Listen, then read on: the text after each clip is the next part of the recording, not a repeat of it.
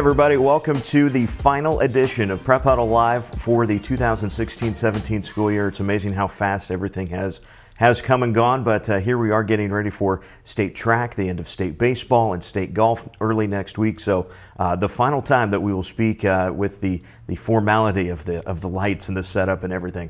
Probably still some daily threes to come at you, but the final Prep Huddle Live of the school year is upon us. Thanks for joining us today. We got a fun show. All of our guests joining us on the Truck Center Company's hotline. For great career opportunities, you can log on to their website, dieseltex.com. First off, we're going to start with track, and we're going to head up to the Millard area. Millard West track coach Colin Johnston will join us here in just a moment. And then we're going to go to Aurora High School on the last day he gets to be a junior. We're going to check in with Caleb Badura, one of the junior golfers for the Aurora Huskies. So we got some track, we got some golf. We're going to cover a lot of different topics here today.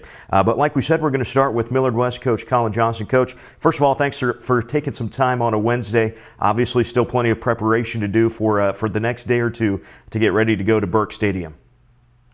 Yeah, thanks for having me. Let's talk about the end of the season. The light is here. The light's at the end of the tunnel. As you kind of look back just a little bit, what would you consider some of the highlights for this group this year? Well, we're a pretty young group. We have a good mix of seniors and everything, but probably the highlight of the season so far is Seth Hirsch setting that state record in the 3,200-meter run. That was really cool to see, and good to see him do that. A lot of different skills involved with track and field. You've got the big throwers, you've got the small sprinters or the distance runners, whatever it might be. How important is a solid coaching staff to keeping all these kids engaged throughout the season and getting them to be able to perform at their highest level? I mean, I think having a solid coaching staff is vital to any tracking success, because you have to be able to score in a lot of different events to even have a chance to win it at the end. So having different event coaches and people that are experts in those areas absolutely necessary for any competitive team. Let's talk a little bit about the athletes that we'll see at Burke Stadium. You mentioned Seth Hirsch. He's going to grab some headlines over the next couple of days. The distance runner. He's finally healthy during the spring, which is something that he's kind of struggled with the last few years. But let's talk about some of the Wildcats that we'll see at Burke Stadium. Sure. We'll start off the day. The first event, the 4x800 meter relay, and got a pretty good group that's had a lot of experience at the state meet and had success there. So we're really looking forward to that. And that's Franklin Shuey, who was the state champion last year in the 800, John Quigley, Grant Ray, and Sam Harder. Those will be the 4 team members on that, and we're excited for that relay. I think it'll be a really good event for us and be really competitive with several other teams in the state. We've got a triple jump. That'll be actually the first jumper at the entire state meet. Peyton Krugerud, he's going to start off the state meet. He's the first jumper in the first flight at 9 a.m., so kind of get us off to a start and see where we go from there. We've got 2 discus throwers in, which will be on Saturday, and then we've got 3 guys in the 2 mile and 3 in the mile and 2 in the 800, and got a 4x4, so pretty busy day, and looking forward to it. We've already talked a little bit about Seth Hirsch, and we were out there at State Cross Country in Kearney when he smashed that record. Like you said, he's already set the 3,200 meet record, or Class A record for this spring. He's a type of an athlete that doesn't come along very often to any size school. He's going to go run at Wisconsin coming up in the fall, but and I know he's been all over the country to run in different events. What type of an impact has a kid like Seth had on the rest of the program, maybe especially some of those younger kids?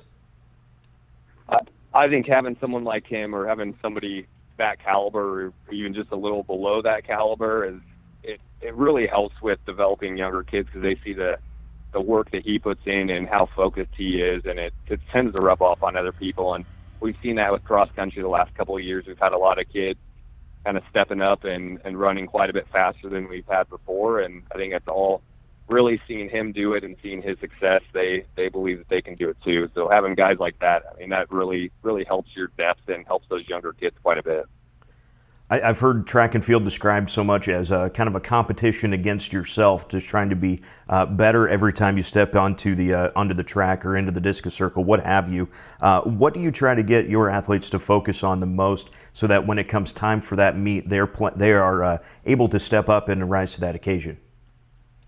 Right. I mean, our focus, our goal every year is just to do our best at the end of the year. So we gear pretty much all of our events. We gear our training towards running our best at the district and state meet, and that's our focus. And we know we're going to take some lumps along the way because we're not ready to run fast or jump far, throw far early on.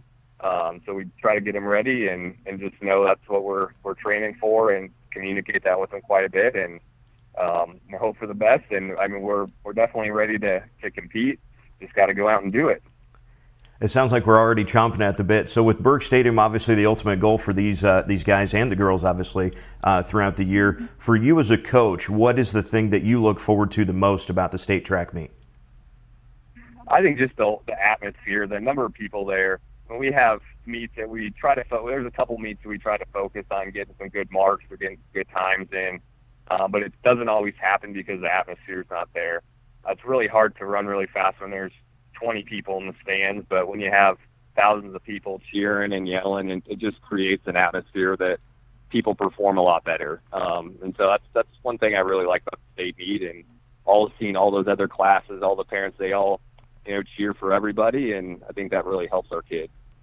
Well, it's been fun to follow along with you guys throughout the spring, and we certainly wish you guys the best of luck. Coach Colin Johnston of Millard West, thanks a lot for the time today. Yeah, thanks for having me. All right. Well, speaking of state track, folks, we've got a special thing coming up, and Austin can show that as we talk about it. But if you are at state track between the hours of, it's 9 a.m. Friday till 7 p.m. on Saturday, you can see the Snapchat filter sponsored by Truck Center Companies that Austin has come up with. Now, this is a picture, obviously, from I think last year, maybe even 2 years ago. But your picture might look a little different, but the graphics around it will be what is the same. And again, a big thank you to the Truck Center Companies for helping sponsor this Snapchat filter. But for both days of state track, basically anytime someone's competing, you can have that filter. So snap away and send us a screenshot or tag us in something. Better yet, screenshot it, put it on Twitter, let it go crazy. So maybe it might be a little video, might be a performance of someone on the medal stand, whatever it might be. Make sure you take a snap this weekend at state track. We're going to take a short commercial break. When we come back, we're heading to Aurora, talking with Aurora junior golfer Caleb Badura. That is next on Prep Huddle Live on StriveSports.com. Hey, what's going on? Just checking the fields. Yours are looking pretty good. Must be doing something right. Actually, I got a guy. You got a guy? Well, it's not just any guy. I got a channel seedsman. Channel, yeah? Yeah, I've been working with him pretty close to get, well, you can see for yourself. This is what I'd recommend. Let's get to work.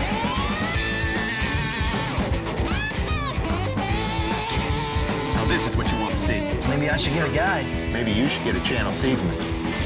Find your channel seedsman at channel.com. Yeah, I get it. For the little things. Technology's great. It makes things easier. It's faster. We can get things done wherever we go. And we get all that from our bank. It works for us. But for the bigger things, the things that really count, I still want to talk to the people I know and trust. That's why I'm here. Home-cooked favorites and online ordering so you can skip the line. That's what you'll find at Dickey's Barbecue in York. Log on to Dickeys.com, select the York address, sign in, or create a profile, and you'll be ordering delicious barbecue in just seconds. Choose from a variety of meats like brisket, pulled pork, chicken breast, or sausage. Add a home-style side like waffle iron fries, fried onion tanglers, barbecue beans, and even fried okra. You won't go away hungry. Try Dickey's Barbecue today and log on to Dickeys.com.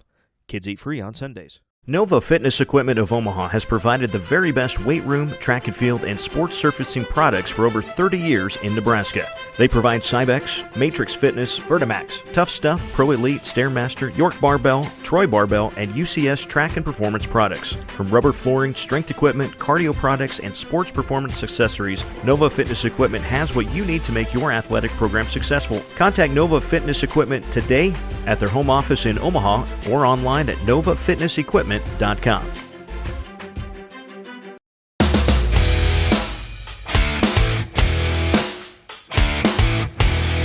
Trucking industry gives you a lot of opportunity for careers because there's such a wide, vast list of possibilities and areas that you can go into.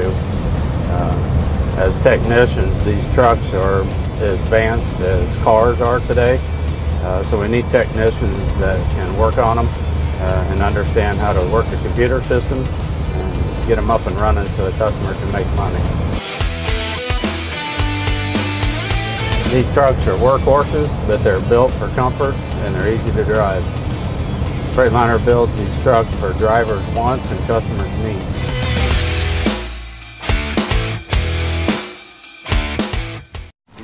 Hey, what's going on? Just checking the fields. Yours are looking pretty good. Must be doing something right. Actually, I got a guy. You got a guy. Well, it's not just any guy. I got a channel seedsman. Channel, yeah? Yeah, I've been working with him pretty close to get, well, you can see for yourself. This is what I'd recommend. Let's get to work.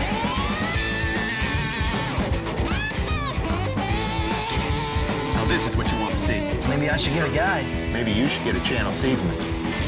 Find your channel seedsman at channel.com. Yeah, I get it. For the little...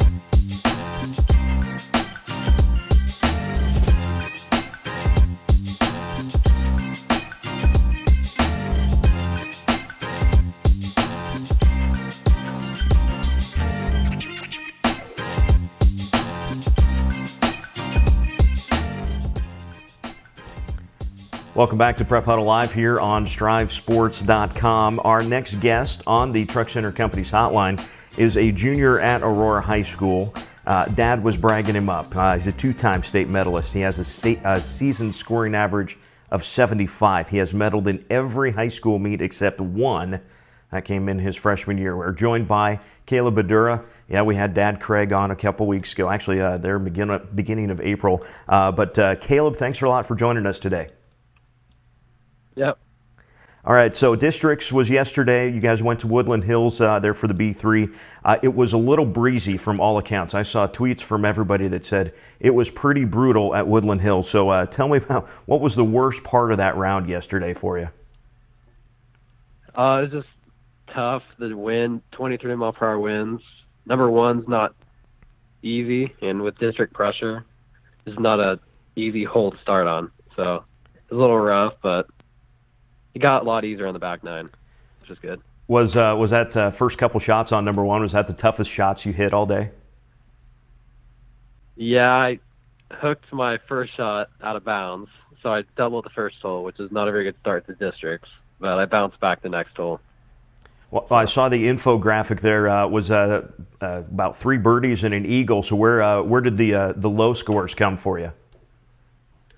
So the second hole, I eagled, had a par 5, great drive, and then just hit it my second shot on, made about a 30-footer for eagle, and then birdied 9, which is a drivable par 4, and then had a couple birdies on the back on the par 5s.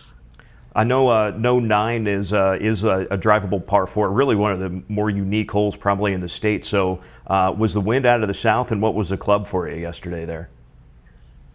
Yeah, it was a helping wind, so I hit a 3 hybrid and just pushed it, but it was pin high in the bunker on the right. So I hit a great bunker shot to about 15 feet and made the putt for birdie.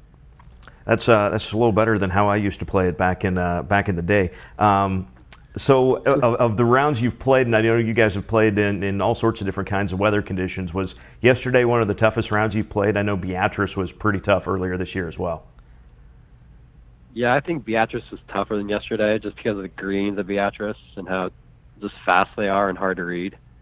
But yesterday was tough because it's districts and the pressure comes with it.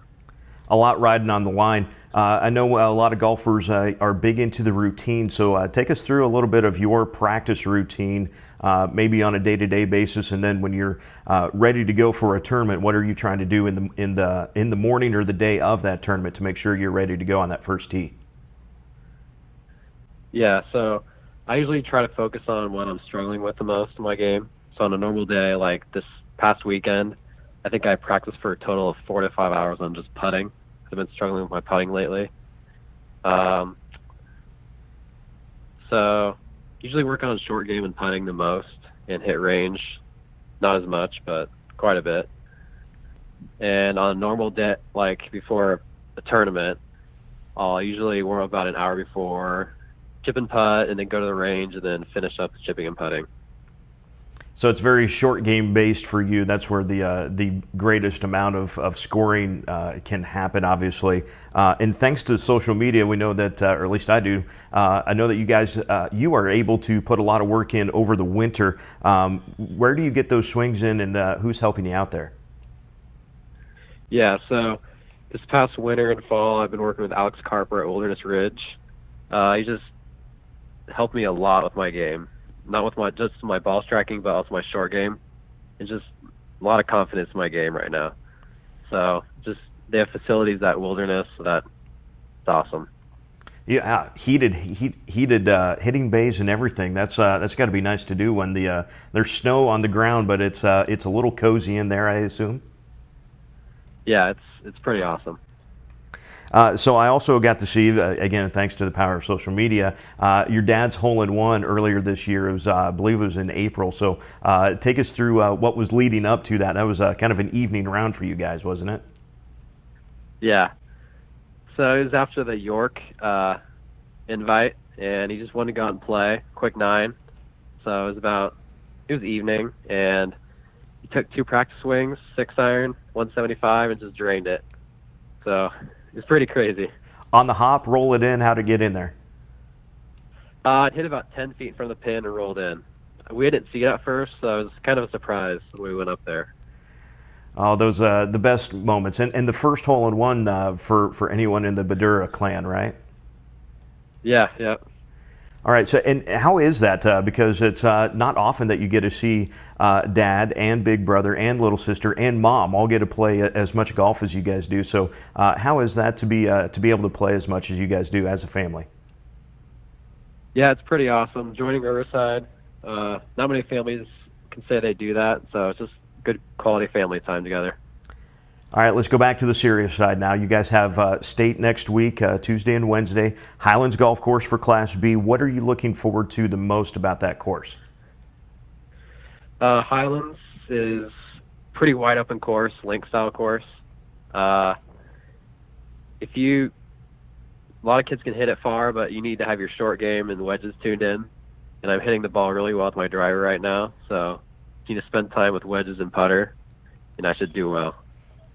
What's the thing that you look forward to? You've been to state all 3. You're going into your 3rd year going to state. What is the thing that gets you most excited to be able to say, I got to play for Aurora this weekend? Oh, it's just a great atmosphere at state, and just being able to see your name on that leaderboard with Aurora by it, it's just pretty awesome to represent your school that way. And because I'm sure they're all watching right now, what is the van ride like with these teammates? Because there's a couple of characters of your group of 5, I know. So what's the van ride like wherever you might be heading? Yeah, it's pretty fun. This last morning before districts, pretty quiet, but on the way back it was pretty fun, playing music and just having a good time. Well, Caleb Badura, thanks a lot for the time. Best of luck at state next week. We look forward to keeping up some stories, and we'll follow along this summer too, I'm sure. Yeah, thanks. All right, that's Caleb Badura. He's a junior golfer for Aurora, and he will be at Highlands next week in the Class B state golf tournament. Folks, that is it for our Prep Huddle Live here on a Wednesday. We've got just a few things coming up. Obviously, plenty of coverage for our Strive schools and athletes coming up this weekend at the State Track and Field Meet there in Omaha. We will be probably, I think Austin and I, or at least I will be, at the Class B meet there and following along with Caleb and all of the Class B golfers at Highlands Golf Course in Lincoln. And then it's kind of a deep breath, and we get ready for the All-Star Game season. Of course, the first one for us is the first Saturday in June, June 3rd at York High School. We host the Strive All-Star Classic.